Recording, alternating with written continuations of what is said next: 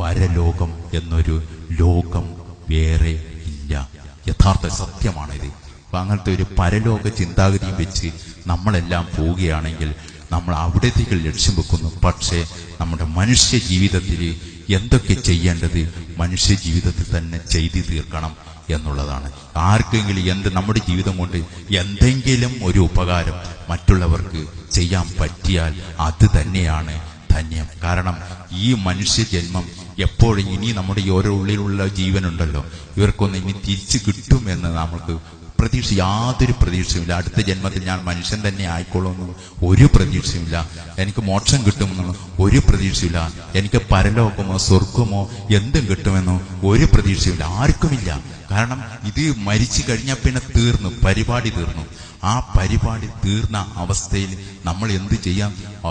പോയ ബുദ്ധി ആന വലിച്ചാലും വരില്ല. അപ്പോൾ നമ്മൾക്ക് കിട്ടിയ ഈ മനുഷ്യജന്മം വേണ്ട വിധത്തിൽ ഉപയോഗിച്ചുകൊണ്ട് വളരെ നൈമിഷികമായ ജീവിതത്തിൽ എപ്പോൾ വേണമെങ്കിലും നമ്മൾ തട്ടിപ്പോകാം.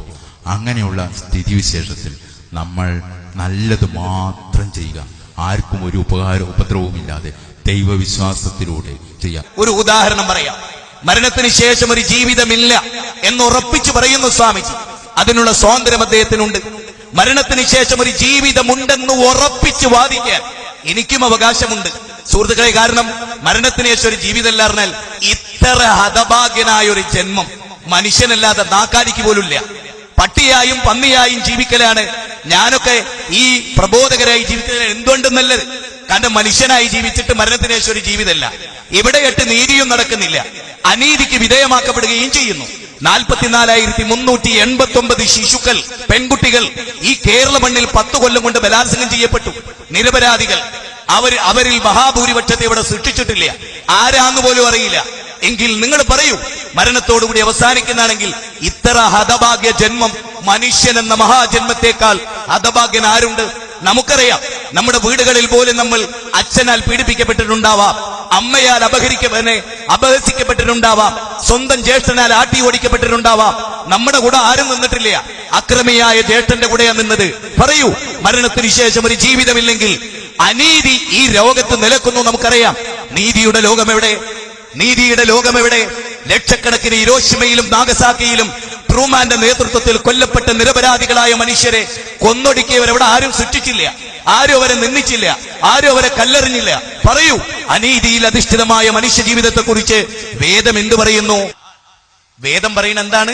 ഘോരാന്ധകാരമായ നരകത്തിലെത്തും. പന്നിയായിട്ട് ജനിക്കുന്നല്ല, നായയായിട്ട് ജനിക്കുന്നല്ല. അല്ല അല്ല വേദം പറഞ്ഞ എന്താണെന്നറിയോ? അത് ഞാൻ പറഞ്ഞുതരാം.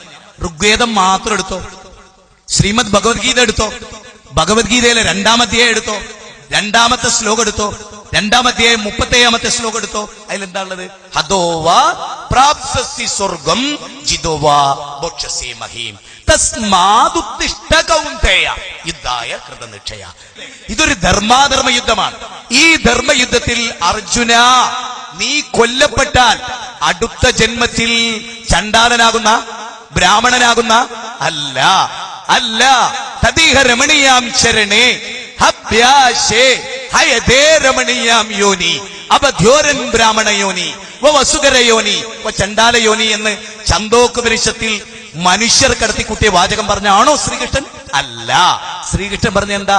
ഹദോവ പ്രാപ്സ്യസി സ്വർഗം, നീ സ്വർഗത്ത് പോവും. കണ്ടോ? പുനർജന്മമല്ല. വേദം പറഞ്ഞതേ പറയാവുന്നല്ലേ സ്വാമിജി പറഞ്ഞു. ഞാൻ പൂർണ്ണമായി അതിനെ അംഗീകരിക്കുന്നു. വേദത്തിൽ പുനർജന്മമില്ല. ഞാൻ തെളിയിച്ചിരുന്നൊക്കെ